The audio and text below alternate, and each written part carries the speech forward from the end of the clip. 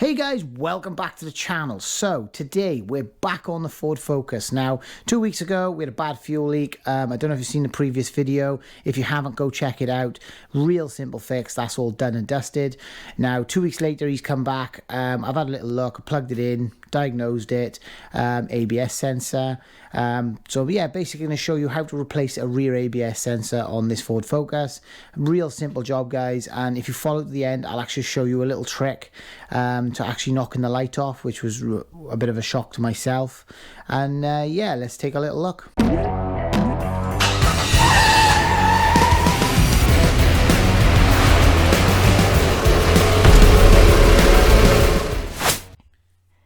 And if you get value from this video, hit the like button and subscribe to support this channel.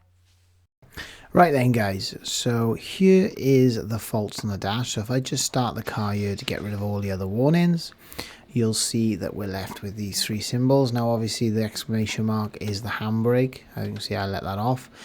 So it's the ABS and traction control is what we're going to be looking at, and it's the actual ABS sensor. So if we look here, I know it's a bit blurry, but it's the right hand rear ABS sensor. Now there is a couple of faults for tone ring and other things, but it's the sensor that we're going to be doing. So this is the right hand rear wheel. Now obviously I got the wheel off, so you can see the caliper, spring and strut there. And shock absorber, not strut. And then just in the middle there is this ABS sensor. Now there's an electrical plug that goes onto him.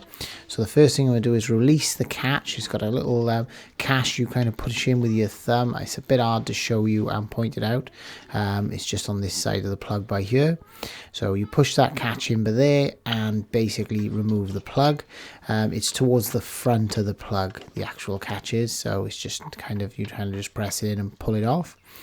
Then now just to show you, there's a hole through the top here. So basically we're going to remove this bolt, but to see it, I'm going to shine a light down through this hole in the top just so I can kind of see what I'm doing. It is in a really awkward place. It looks quite easy on this camera because I found you the best angles so you can kind of see what's going on.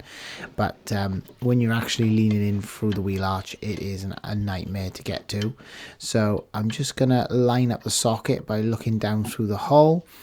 This is a T25 Torx, so we're going to go ahead and crack this little securing bolt. Now obviously you want to be very, very careful. As you can see here, I'm being really gentle with it.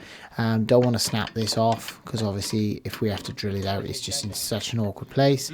We're going to have to remove probably the axle or part of the arm to go ahead and drill that out. So we'll probably remove the spring and shock absorber. So we got that bolt out there. Now you can see it's only a little Torx bolt. Once we've gone ahead and got that bolt out, it's just grab hold of the sensor, give it a wiggle and pull it out. It is that simple. It's probably one of the smallest ABS sensors I've ever seen. So we can go ahead now and fit the new one. So here's the new one. I'm going to go ahead and put it into position. Just basically line up the bolt hole to make sure you get it in the right place. And there we go. And then go ahead and refit the screw. Now, as you can see, I'm shining that light down through that hole in the top just so I can kind of see what I'm doing. It is, like I say, you can see there with my hand in it and you can't see nothing. So there's a little bit of a window up the top you can kind of look through and you can see it. So I'll go ahead and just tighten this down. Now, it might be easier to access if you took the caliper off and maybe the shock, but I could get my hand in there pretty well. I just couldn't really do it and show you. So here we go. So go ahead and tighten that bolt up. Remember, it's only a retaining bolt. It doesn't actually hold any tension, so just a good nip is all we're going to do with that, just to tighten it up. It is a plastic sensor, so it won't go anywhere. There you go, a nice little firm tweak, and that is tight. And then we can go ahead and push on the electrical connector. Now this should click when you get it on there, so that's how you kind of know it's on.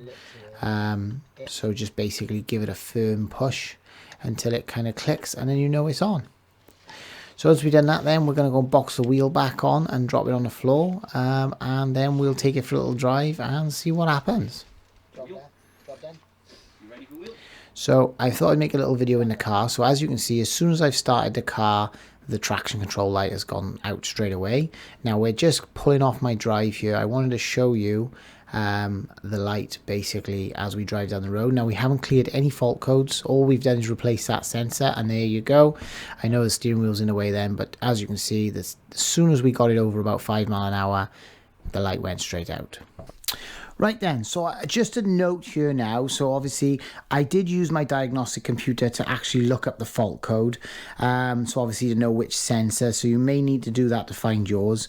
But you'll notice at the end of the video, I didn't actually need to plug the computer in to knock the light out. As soon as we drove it down the road, the light went out and it was ace. So I did go in with my computer and clear all the fault codes, just to make it easier for future faults. But yeah, it was that simple. We just literally, as soon as we started it up, the traction control went off straight away by itself, and then as soon as we drove it down the road, the ABS light went off. So yeah, just handy to know. You know, if you got this problem, you can get someone to plug it in for you. You can do the repair, and then at least you know you don't have to take it back. You can just drive it down the road and the light should go off. So yeah, thanks for watching, guys. I hope you liked this video, and yeah, we'll see you in future videos.